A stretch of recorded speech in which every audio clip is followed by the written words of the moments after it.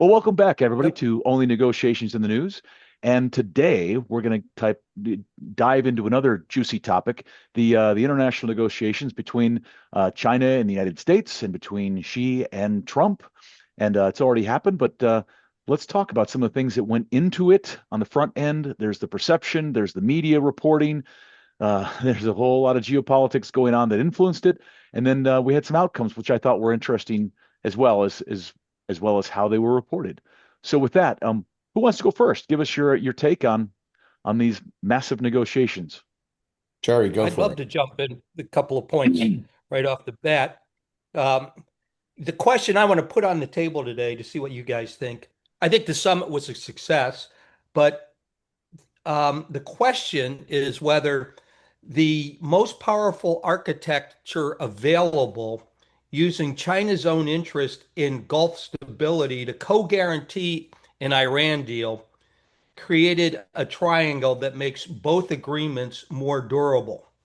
And, so in other words, did did Trump come out of this with a deal with China? And I don't think he did, that has China co-guaranteeing um, the opening of the Strait of Hormuz.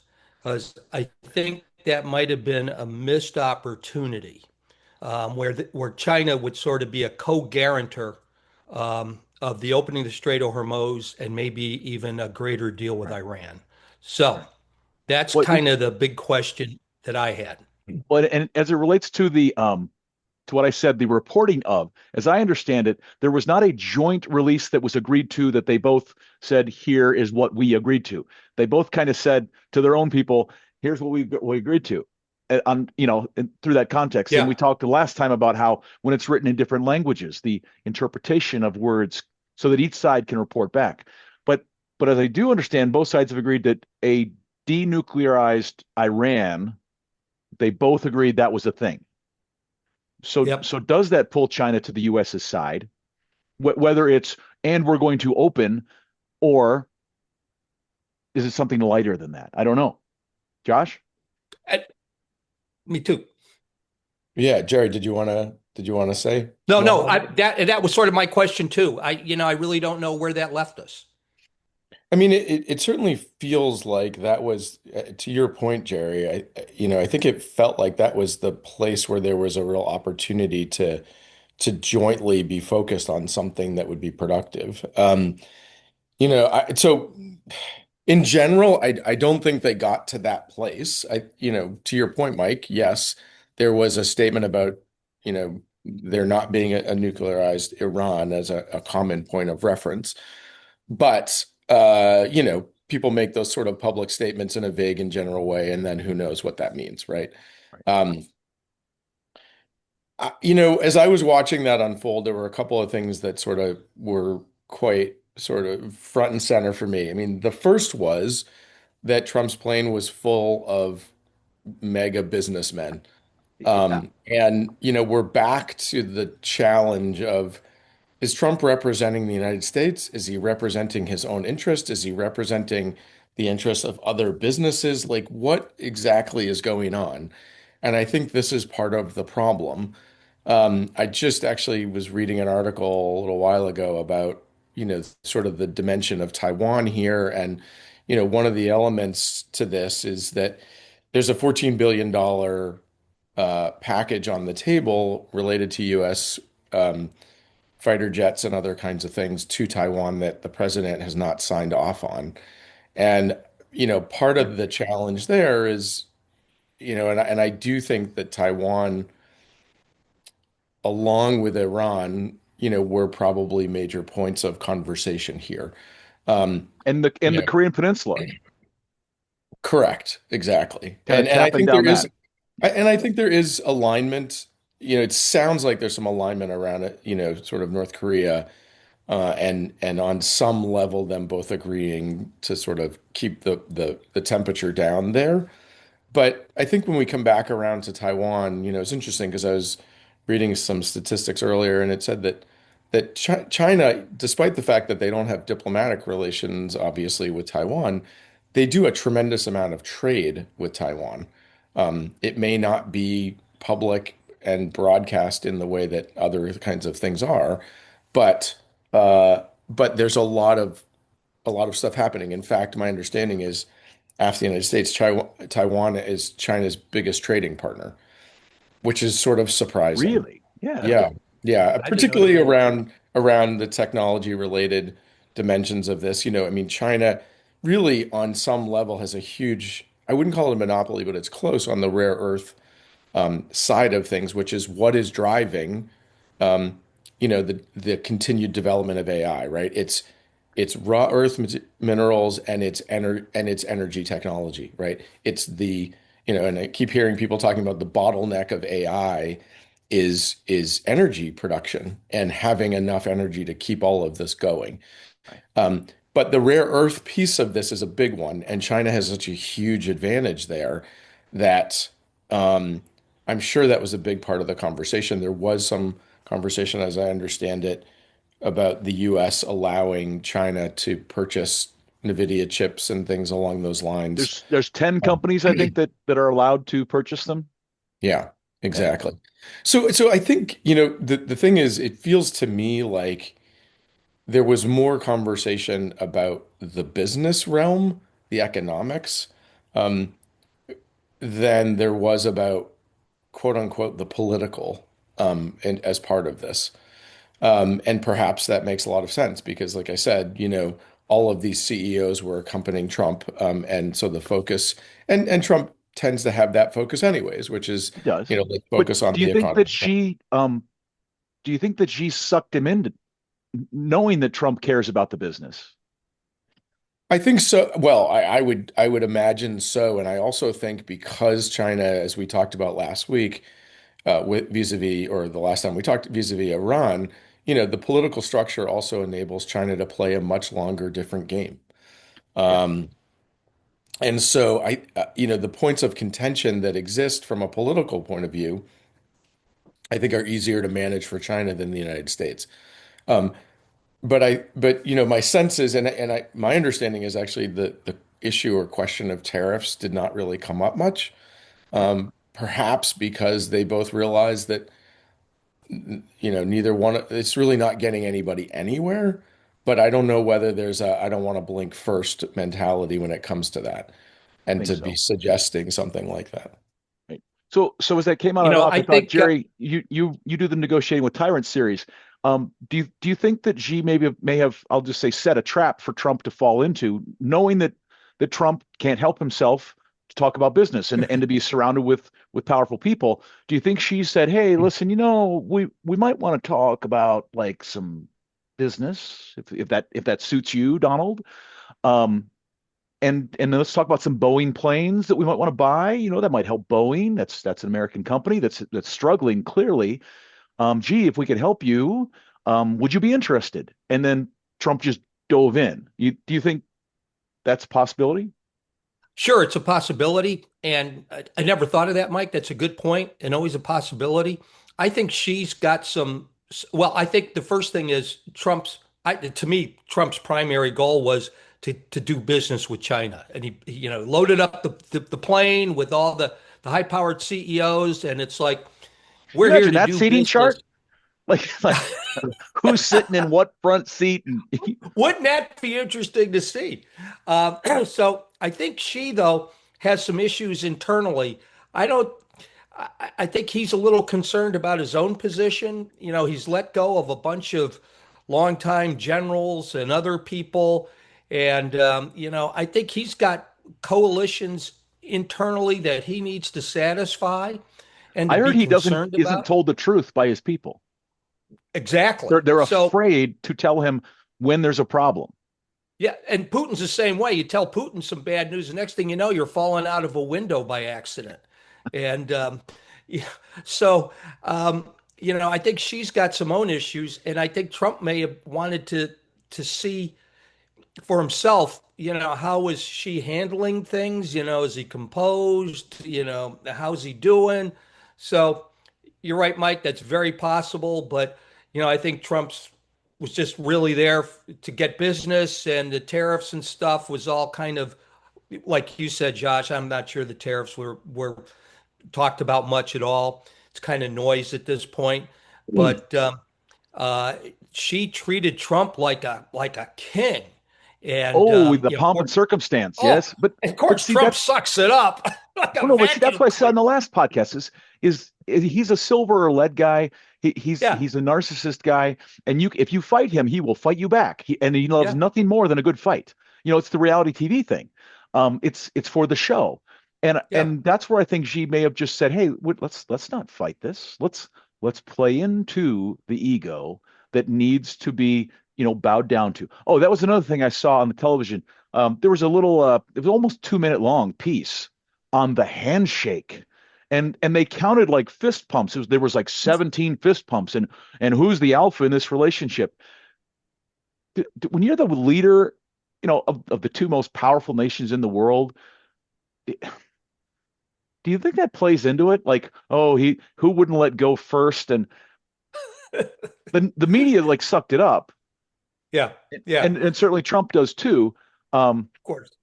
What do you think the power dynamics are when two people who know of each other, who have met before, get together and shake hands and they keep shaking and whose hand is on top? And You I know, like I've sort of noticed that like Trump has a different orientation toward people like Xi and Putin and things along those lines than he does. Like in Europe, there have been a number of instances where Trump has really exerted his power and authority, like literally pushing leaders aside and things along those lines. yeah, One of with the things Macron that, and yeah, yeah, and one of the things that's interesting is that he was actually it appeared to be more deferential to Xi than he is with those kind of guys. And he is the same way with Putin. I think there's a level of respect that he has for and demonstrates to them, which he doesn't do toward others. And I think maybe Mike, it's back to your point where, if maybe he views European leaders as weaker, and so he's going to be the alpha male in the room. And when he's with, like, in his mind, what are true alpha males, he right, actually becomes more deferential as part of that relationship. And look, I think that the United States, he knows the United States has a military superiority around the world, but I also think he understands that with China, there are a lot of pressure points in the US-China relationship where China holds a lot of the cards, and he cannot just force his way through like he does with most no, things. it is the So rare I earth elements there, and the size and scale of well, I China think, economically. yeah, yeah, and I think he also recognizes, for example, that if there was a full-on conflict in Taiwan, like I don't think that they could handle that right now. I really don't. I don't think I think the US military is far too Oh stretched yeah, to be able to manage something like that. So, you we can know, barely handle Cuba. What we just sent no, another aircraft carrier down to Cuba. right, right. Yeah, exactly. So I think I mean, like I said, to me, I think it was interesting because obviously there's a lot of political dynamics at play here that didn't really get discussed. Or, when you look at what came out of this summit, right? The answer was it was sort of the dog that didn't bark, right? Not a lot. Yeah. Like there were some agreements, they set up a US China trade commission Yeah. board, right? But like nothing that you were How do like, we oh not have wow. that already, Josh? I don't Yeah. know. Right. I mean, it's I feel the right. same way. It's like, really? Yeah. Well, and especially given the dependency between the two countries, which is so dramatic, whether we want to admit it or not, right? When you're looking at the labels in most of your products, including MAGA hats and other kinds of things, they're made in China, Absolutely. right? But and again, I think that maybe in this instance, I think Trump decided that, look, the place where I know I can make some headway. And I think you saw a little bit of that in terms of some of the agreements, right? Like apparently Beijing agreed to buy, 200 Boeing aircraft, and then there were some agricultural purchases as well for the next And couple of oil. years. They're going to buy some oil from us now, apparently. I didn't see that, but it's quite possible, Yeah. right? So Yeah, but I I thought I think, saw that too. I think that the sort of there was a dimension to this going in where I think there was the hope by the Trump people that they would be able to land something that was dramatic, right? I think Trump feeds off of the dramatic, and I don't think there was anything overly sort of surprising. I mean, they've talked about how they're going to continue the conversations going forward and try to have a closer relationship. But back to your point, Jerry, it feels to me like there was perhaps, and there may still be some form of linkage between Iran and China's relationship and Taiwan, etc. You know, and that feels like a bit of a missed opportunity. If you're really thinking about where are these different leverage points to try to get Iran to do different things and knowing China has a pretty significant impact on their overall economy, I think that's a place where there was very likely a missed opportunity that did not materialize. And why, I don't know. Could it still potentially? Yes. But I think that war dragging on is clearly not helping the United States, and it's certainly not helping China either. And so in that case, there felt like there was an opportunity to try to do something and put some of these perhaps disconnected pieces together. The only thing I'm thinking, Josh, I agree, is maybe in a private meeting that this was discussed. Maybe they came up with some, understanding. It just wasn't publicized, but that's Mhm. just speculation on my part because it just seems like it's an elephant in the room. How do you not discuss that when you're these two Right. two But guys? right. So, What wasn't you know, reported? So it's yeah, reported the economic stuff. And everybody goes, well, of course, and everybody just eats it up because that's what the media does. right. Yeah, what happened that didn't get said, Mhm. or that happened in the back room that didn't get reported, and both sides said, hey, listen, let's work together on this Iranian thing, and and then let's work together on some energy things, and let's work together on some AI things and some element things, and do you really have to? I read this article on conspiracies. Mike, can you stop the video for a minute? I have to Yeah, open the door. I forgot to leave it unlocked. of course. I apologize. So where I was going was what isn't get said, and the conspiracy theory, yeah. It was that you don't have to actually sit together and say, now this is what we're going to do, see, and have both sides agree to it. To have a mutual self-interest where both sides kind of know, yeah, this is going to work out for us if we just keep doing our thing, or if we both kind of move in this direction without even saying a word. You can have a conspiracy to work together without a formal agreement to work together. So I don't know if some of that's, they've got people on both sides. They've got, the intelligence agencies for both sides. Everybody knows what's going on from both sides. Um, Probably China knows more about us than we know about China because Mhm. some of the things that have popped up there with the Chinese intelligence agencies and infiltrating our positions.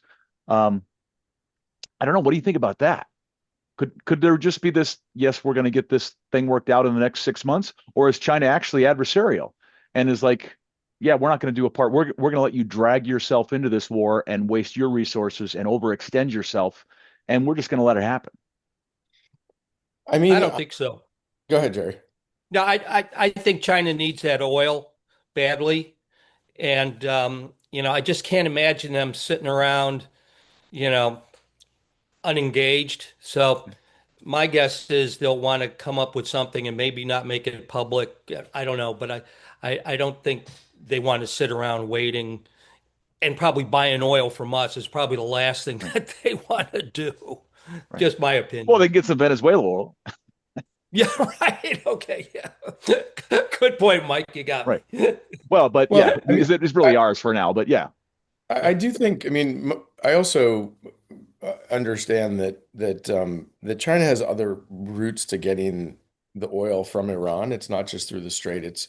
There's some overland kind of things as well. But I think if you're China and you're looking at the geopolitical situation, I think you realize that obviously this is weighing much heavier on the United States than it is on China. It doesn't mean there's no implications, but I think the pressure is really more on the the United States. And I don't know if it was in China's interest to agree to some big economic change, some big economic package. I think they're probably content to sort of find other ways to manage for the near term. I think there's a sense, not only amongst them, but I think others, that Trump wants to try to figure out a way to end this war. And I think they're in a better position by sitting and not actually doing a whole lot than they are to reach some big, big pact. Well, we have Which, the midterm elections coming up, right? right.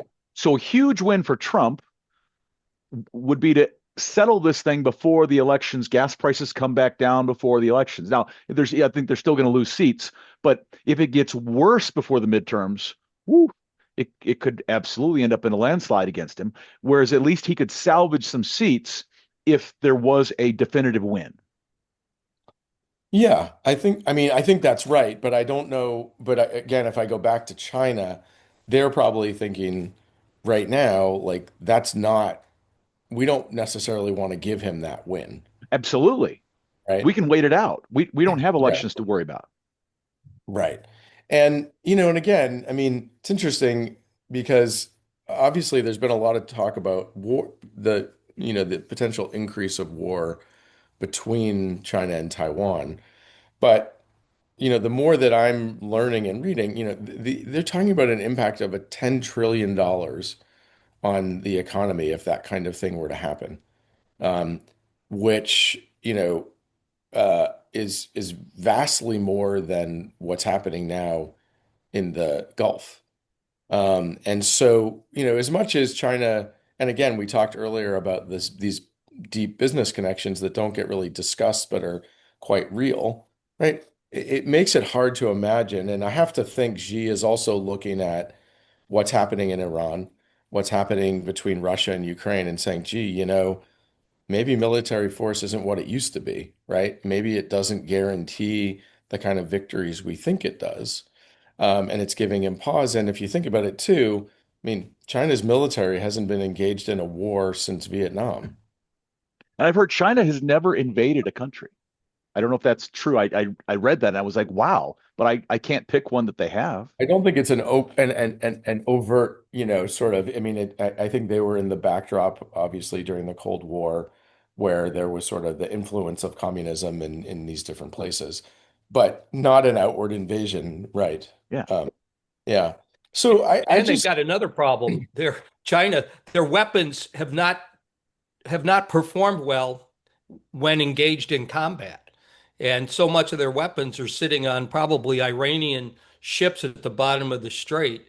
And, in Venezuela, they didn't perform. So there's even been talk that she sacked some of his generals and stuff because the weapons weren't performing as, he was told that they would perform. And so that's just kind of a side point. But nonetheless, this can't be good for China's weapons sales business. I Mhm. wouldn't want to be one of their sales guys, put it No, that way. I'd rather be in the drone business, even Iranian and in Ukrainian and in the United States, Yeah. and certainly the U.S.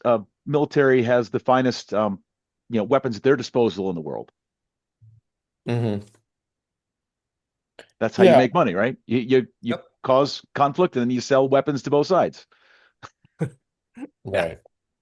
So, I guess coming back to this, I think, I don't know if there were clear goals about what was going to be attempted to be achieved here or things along those lines. Um, I mean, I go back to this question about the sort of personal, which, I would never have had this question in the past, but reportedly, due to a bunch of different studies, I mean, Trump has increased his personal wealth by $4 billion since he's taken office. Uh, Wow. yeah. And that's, and so, cutting these kinds of deals that are, it's unclear whether they're governmental scenarios or business scenarios or family. Like it's just, there's a muddling of a lot of things nowadays. And so what a typical summit used to look like is sort of out the window when it comes to all of these things. And I think from a negotiation point of view, it definitely muddies the waters, right? It's hard to understand. Well, there's the US national interest, there's the Chinese national interest, there's the personal interest of these people involved, and then you've got this whole host of people, um, and it wasn't completely it wasn't a foreign notion to bring important business people on your trip, but it was foreign to make it the centerpiece of exactly what you're doing, right? It was, yes, business plays a role, they should be involved in these kinds of things, but there's also like US policy is what we're really going to focus on. I don't think that's necessarily how this works, and I think like I said, I think it muddies the waters in terms of how you understand what ultimately was achieved. Because to your point, Mike, obviously there were a lot of sidebar conversations and informal conversations about ways of doing things, and less formal declarations. So it may be that we need to wait and see if there are other things that came out of this, Yeah. beyond what was reported, which was, not a lot. Well, I mean, so a couple things. First of all, she had to agree to the agenda as well. mhm, So we all know that Trump's fancies himself a business person and wants to have business and economic wins and meetings and things like that. Um, but she had to say yes, and that's why I thought maybe he actually, pulled Trump in with knowing what Trump would absolutely agree to. Um, but she had to be there, so he was okay with it being a non-traditional summit, shall we mhm, say? yeah, So that's that. Now, Musk is notorious for break stuff, move fast. So mhm, so I'm a purchasing guy, 12 years there, and 3 years on the sales side, and so I kind of approach stuff from that business perspective. In a lot of businesses, and Tim Cook, supply chain guy, we're going to bid this out. We're going to put together a scope of work, a specification. We're going to get three bidders. There's a lot of stuff down in the weeds of purchasing world that Tim Cook would be very familiar with.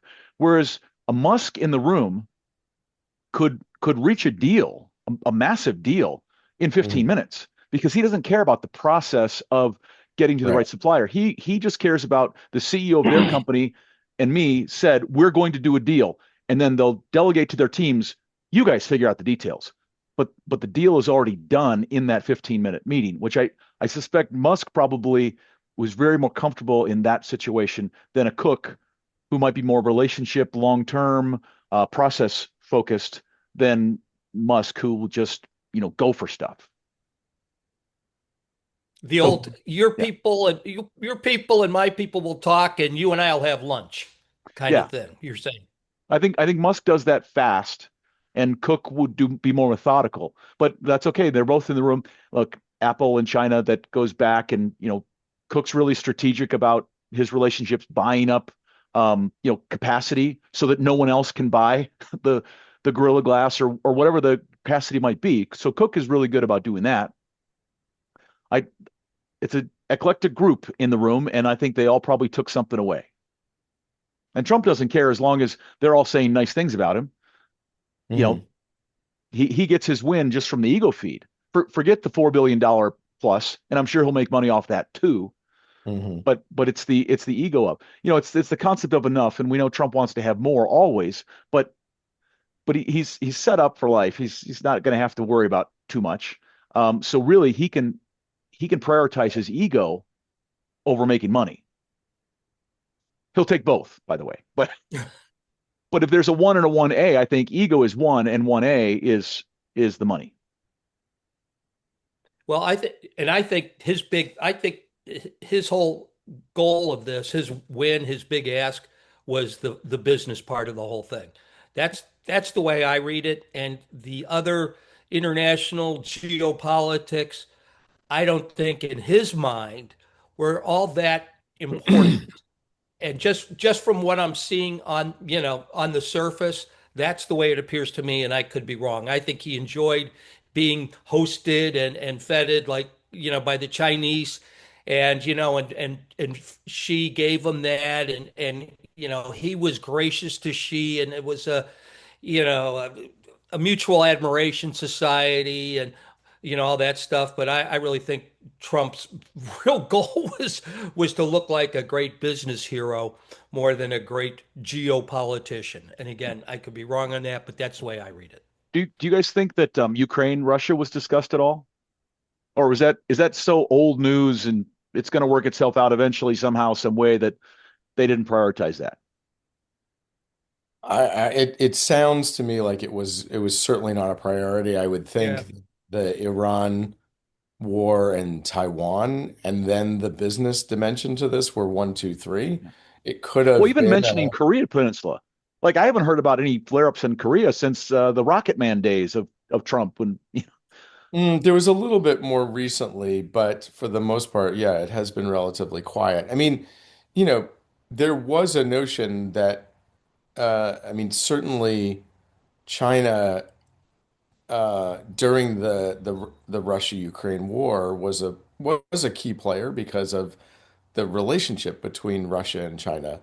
And there was a lot of thinking that if China either agreed to sort of remain neutral or even pushed back a bit on Russia, that would be productive from a US point of view, but it never happened. And I think China remained sort of firmly quiet, but also pursuing its own interest of continuing to get Russian oil, right? I mean, they were the part of the reason, a big part of the reason why the Russians were able to manage the boycott and the sanctions was because the Chinese continued to buy Russian oil. So, so I do think China, I mean, China, there's no question that their, if I can put it this way, their tentacles are have stretched out. And you also see that in economic ways. You know, probably 10 years or so ago, I was in Ethiopia to do some work, and um, the Chinese were building a lot of what were called gift projects across the region. And it is the way in which they tend to hospitals and roads and soccer correct. fields and schools Yep. and Right. And they're framed as gifts.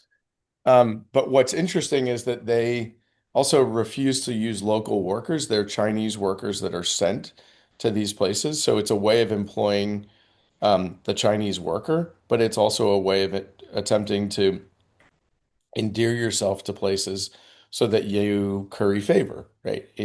Going forward. And I think that I mean, economic manipulation China is no stranger to that, right? They use it as a tactic, and as a result, they find a way to gain leverage and pressure in that way. that's Yep. fascinating. The bringing their own labor. I was not aware they did that, but then I wonder, when China opened up with Nixon, right? And a part of the deal was what the Chinese companies had to be owned 51% by Hmm. someone in China. So basically, Yeah, they just kind of got all the intellectual property. They technically owned it. 51% is you right. win, Yeah, and U.S. know-how transferred over to China became China know-how, and they're yeah. excellent at copying stuff. Do you think the Chinese might be a little suspicious that if we let these other countries learn how to build a building with a floor every day and run this equipment, they might then replace our workers because they have a lot of workers to keep employed. And also, it shifts the economic power to these other countries. Whereas if China has the know-how and is the only ones who have the labor knowledge to actually do these projects, the other poorer countries of the world will never catch up. And China has a thumb on them just because they have the knowledge. Forget about the economics. I mean, I think that it feels like that would be part of the strategy, right? That there's a way of controlling. It's like when you think about China's importing restrictions. I mean, they're as severe as any country in the world, right? And the ability to import from one to another, and or anything into China, and that obviously restricts the ability of countries to influence China in different ways. And China's flipped the script and does the opposite of that in other places. They are coming in and they are influencing and they are having an ability to change policy and things like that through their actions and behavior. So yeah, I do think that that's It could that's be. a part of the equation. Yep. Yeah, I would agree. Yep. I mean, you got to be.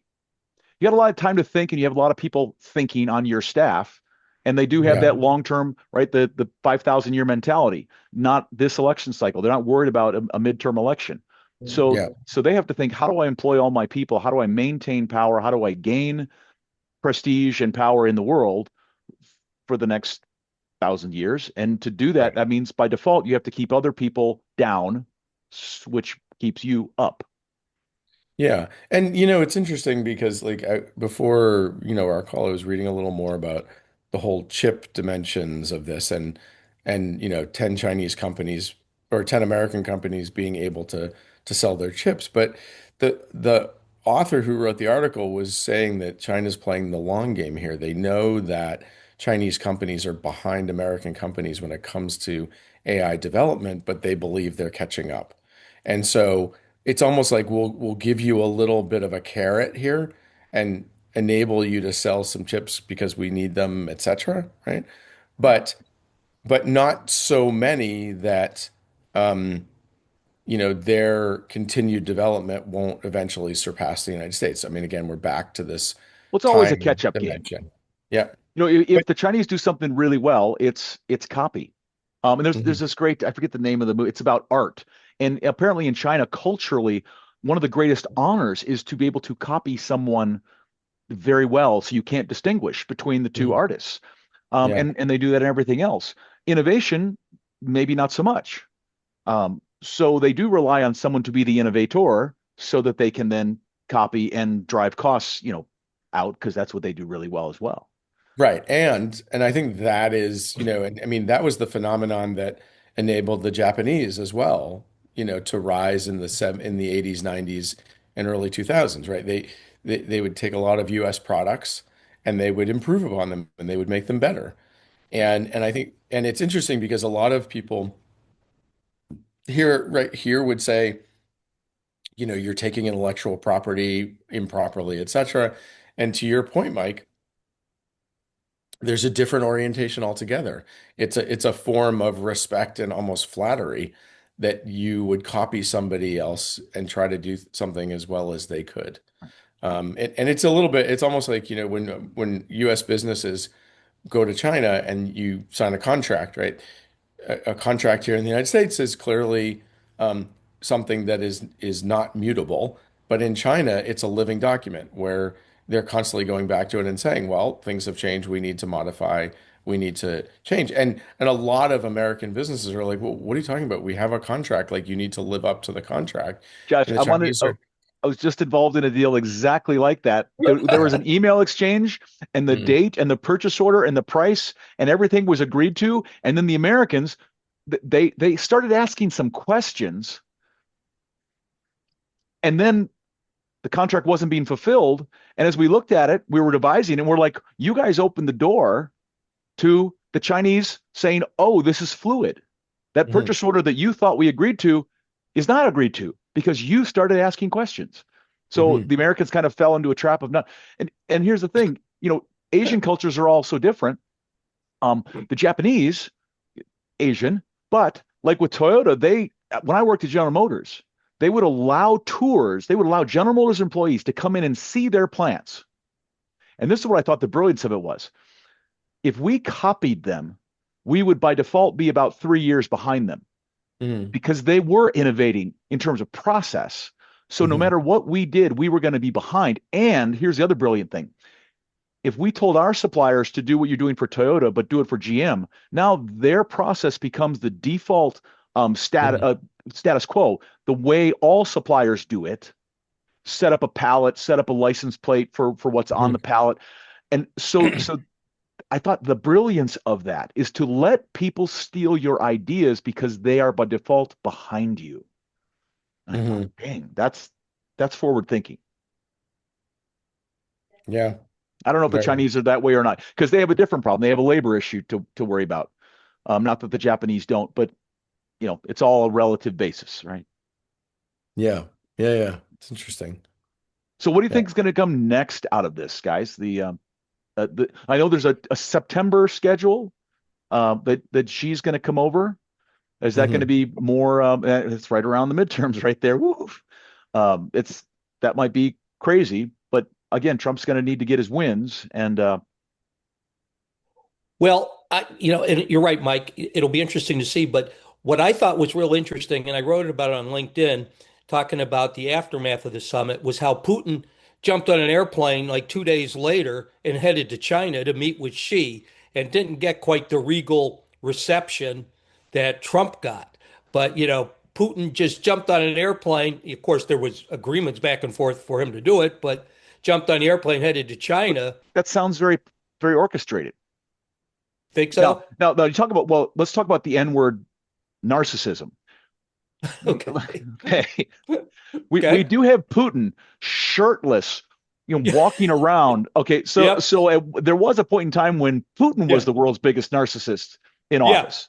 Okay, Right. but I do think that Putin knows how to tap it down and let Trump have the bigger reception, and Putin can come in and be more, let's just talk business to business, leader to leader. Um, Yeah. I don't think pomp and circumstance impress Putin in the slightest degree. Whereas I think it's all about that with Trump. Like yeah. that he wants the red carpet. I think Putin is, it's almost as if, you know, he knows that when he goes to meet with Xi, they're going to talk about serious issues. Whereas he's fairly convinced that she's going to skirt around Trump and not get into great details. I mean, it's an interesting question about whether Xi thinks like Trump is good for China or not. I do think that Xi very likely saw Biden and the opposition that Biden presented to Xi, right, as unproductive from his point of view, right? Like he's not going to get things done. And so Well, I if don't in know. I mean, there fact, was those boards that Hunter was on, the boards of several Chinese companies and shell companies. So there was probably a different business going on under Biden administration and uh, managed potentially, differently. yeah. I mean, I don't know the full extent of it, but I think that like I said, it's an interesting question. Does Xi view Trump as good for China, meaning that he feels like he's somebody that he can work with, he can perhaps take advantage of. He knows how Trump works, whereas if you get a different person in the office, um, is that going to limit and make it harder for him to achieve his objectives? I would be willing to say that I think she has figured Trump out in that way. And to your point about the N word and rolling out the red carpet and inviting and focusing more on the business aspect, while China slowly surpasses them from a broader economic point of view. That feels to me like, from a strategic point of view, that feels like it's absolutely plausible. Where if you have somebody who's far more in opposition to you, you may not. So it could be that in September, when he comes, he thinks about how do I give Trump some wins because it's in my interest to keep him in power. Obviously the tariffs eventually become something you have to talk about because it's costing everybody more money on both sides of the equation. And but I think there's a way in which Xi feels like he can manage that probably better than Trump. But again, like right now, Trump does not seem very fazed by what's happening here economically, at least publicly. He's That's what he literally said that, Josh. Yeah, I don't. Yes. Yeah. Something about the American Yeah. public, and Yeah, and now I don't care. I don't Yeah, I don't fully believe that. Like I know he's getting a lot of pressure, and part of it depends on whether you believe that he might actually try to run again. If he's not going to run again, then you can understand why he wouldn't care. If he is actually going to try to push up against the Constitution and yeah, look for loopholes and things along those lines, then he would have to care a little more about that dimension. But he might also make the calculus that, hey, that's 2.5 years from now. I'm gonna, keep doing things that break the mold, um, so that I can say I did all of these things that nobody else could do, there you go. and all of these other things be damned because I did it for a greater cause. Well, Oh, and I and think absolutely, Josh. I think that's a top of mind for Trump. It's like I think in his mind he knows he's not going to run, and it's like, yeah, well, I'm going to do these things that I've always wanted to do. And frankly, I guess I don't care, or I don't care as much as if I would be running I again. I So, think that's more. I think he likes to mix it up and get people all stirred up about I might run again. And yeah, yeah, those Putin, they're dictators for life. They're leaders for life. yeah, I yeah. think he really enjoys that. But at the end of the day, you have to vote. And the outcome of the vote, the military will remove someone, all enemies, foreign and domestic. And let's not forget he did sneak out the back door the last time he thought he won an election and he didn't. Mm. So he snuck out the back. So the actions dictate that I don't think he'll be in office again, and he probably knows it. But he will talk about, well, if I was the vice president, Vance was the president, then if Vance, then I wouldn't be elected as the president. I would have to step up as I'm sure those things will all get talked about. Hmm. Because it's just news fodder. But at the end of the Yeah. day, there was in his first when he was 45, apparently, and I wasn't in the room to hear this, but there was a jockeying for position with chief of staff in Hmm. that everybody on his staff wanted to have the last meeting of the day because he's so notorious for switching positions. So to think that he has a 2.5 year time frame, I I think it's more likely he has a today time frame. How do Yeah. I look good today in this hour for this meeting, for this interview, whatever it may be? I think Yeah. he's very, very short term in that Yeah. positioning. But it's interesting then if that is his orientation, then from a negotiation point of view, right? And if we loop back to this summit, you would have thought that he would have wanted more victories to be able to declare, right? Well, And there's those what he didn't wants and really, there's what she will let him have. yeah. And you're right. There was no sort of joint declaration. Trump claimed a number of things, and she was like, "Mm, I don't know, maybe, kind of thing. Uh, and I mean, it's interesting because I have some friends who've been with the State Department. They're no longer with the State Department, but had been for years, and they'd always talk about how, that generally speaking, summits, that the essence of the summit and what was going to come out of a summit was well defined before the summit ever happened. And that is not how it works anymore, at least with the President of the United States. Um, these things are still ill-defined, and there's a kind of wait and see, let's nudge in different directions to see what can be accomplished. But I think, and honestly, I mean, when Trump had his summit with Kim Jong-un, there was real hope that they would come out with a deal, and it didn't happen. I mean, there was a tamping down of the the rhetoric, which both of them had began at the outset, but many of the summits that Trump has gone to, they've been they've been significant on pomp and circumstance and less significant on what they actually produced. Yeah. And I think that's a result of the fact that those kinds of forums don't really produce a whole lot, which is why in the past people had tried to work on things 6 months, a year beforehand to try to come up with here are the things that we're going to be able to announce and declare when we get there. And that's not happening now. So let me throw this out there. Just as we talk about long-term thing and Yeah, setting yeah. things up in the future and being overextended, the Korean Peninsula being mentioned in the same thing as with Taiwan. Do you think there was some, listen, China, if you get aggressive on Taiwan, the South Koreans are pretty strong and the North Koreans are kind of weak. So do you think there was a linkage there that kind of said we're all going to be remain status quo because Taiwan, who the US backs, needs to remain independent, and North Korea, who China backs, needs to remain independent. So both of us are going to forget the Iranian thing, forget the Russian thing. This is close to home, China. Don't you move there because we might let the South Koreans move there or help collapse the North. I think that there's one significant reason why that's probably not the case. Okay. And at least in my mind, and I think the answer is that North Korea already has nuclear capability. And I don't think there's a person on the planet that would really put it past Kim Jong-un to use it if his regime was threatened. I think he Okay. would go down that road. And so I think that threat is probably a bit hollow. because of that reality. And again, I think when you look around and you see countries who have nuclear capability and who don't or who are pursuing it, I've heard lots of people talk about the lesson of Gaddafi and that Gaddafi was pursuing nuclear capability. He agreed to a deal and he's now 6 feet under. So, Right. So, so yes to all that. I'm going to throw two more variables yeah, in. go ahead. You had Venezuela, where we went in and, I mean, the capture of a president of a country with no Yeah. loss of lives in all of the hour or so that it took. So if we wanted to go after Kim Jong-un in a similar, we've displayed the capability to do it.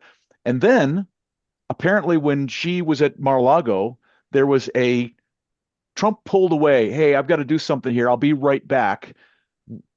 Came back and said, I just took out, and I forget the name of the leader of Iran. My apologies.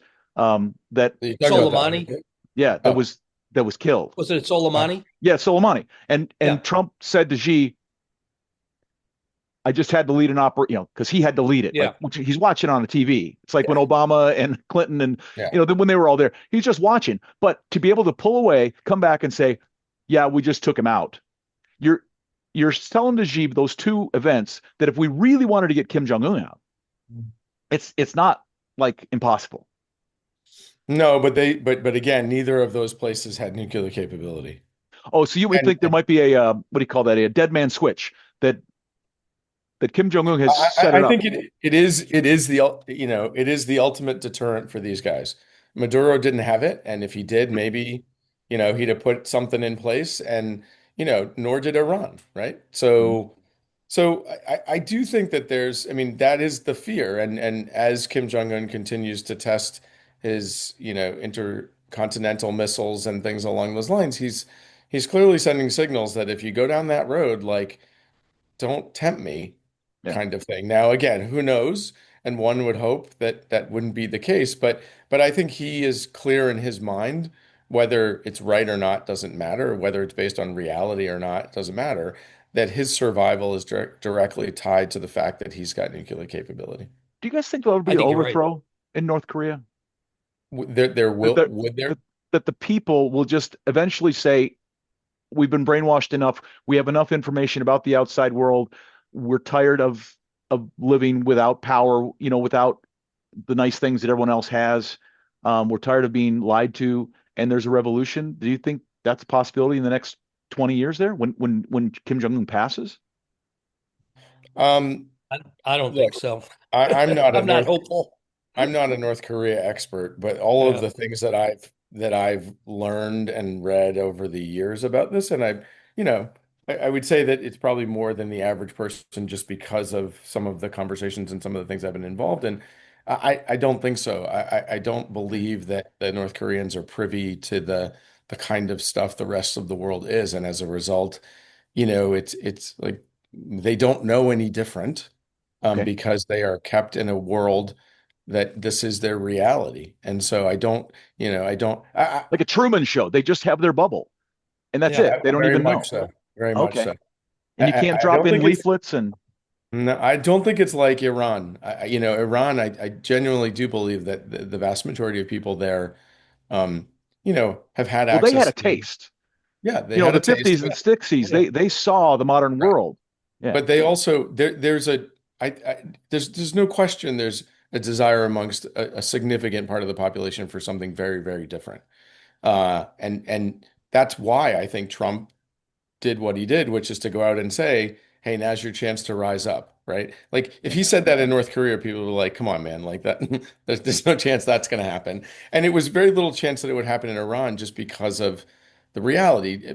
Putting the desire aside, right? The practicalities of how that might come about with a regime that is proven within the last year that is very willing to crack down on its own people and kill many people to keep order. Um, I think that dimension is the same in North Korea. The order is the name of the game, but it's also a controlled kind of scenario. It's interesting. I've worked with some what I would call very insular communities, both in the United States and other places. I mean, there are places here in the United States where some of those communities have their own internet and control their own um, Wow. groups of people and the way they have Now I feel access to like I've been information. insulated. I didn't know that. Yeah, I mean, in some, like in one instance, I was doing some work with a Hasidic Jewish community, and they Okay. had their own internet and things along those lines, and people did not know enough to say, oh, well, you know, wait, there's a difference. And some people who have broken free from those communities have come out and said, wow, like we didn't realize there was this entire other world to access. Um, and so when you see that and you see how what it ultimately does to people, which is it causes them not to question, it causes them to follow the leader, right? And that is the rule in North Korea. That is how it works. So I don't foresee that any kind of rising up or anything like that would be remotely possible now. Okay. I mean, obviously it depends on the successor, but but I think it's a very controlled, tight society and something the only way something would really, really change is if Kim Jong-un agreed to some kind of a deal that had more of an economic dimension to it and a sustainability piece. But that's unlikely because he's going to want to control the narrative and the story Yeah. around him. So Well, and now And that it's in control, go I don't ahead. think China's going to go after Taiwan. Or at least not in the short term. I think they would the cost of it, not just dollars and cents, but and what it's going to cost them internationally, I think would be too great. All of a sudden, Japan gets involved and Australia, and all of a sudden they lose access to markets, and and even Xi is even concerned about the capability of his own military to pull it off. What would they So gain other than on a map? We're all together. What's what's the gain by pulling in Taiwan?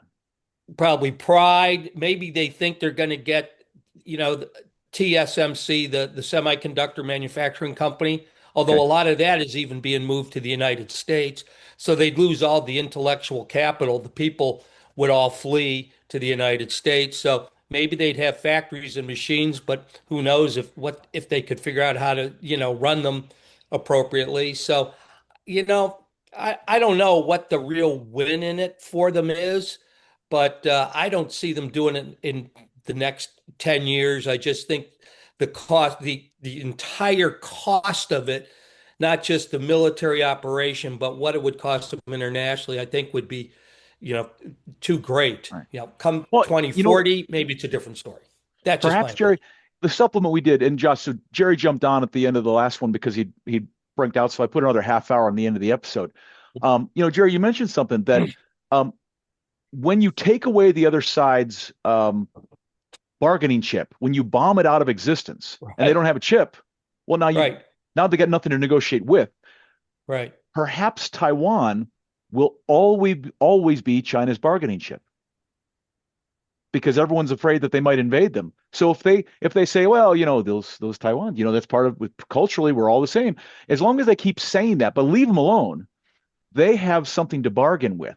Okay, we'll leave them alone for the next 5 years. We'll give them a 30-year extension. Whatever that may be, they Gotcha. always have the chip to threat, even though they may never want to use it because it's more valuable as a threat than it is if the threat weren't there. It's a good point.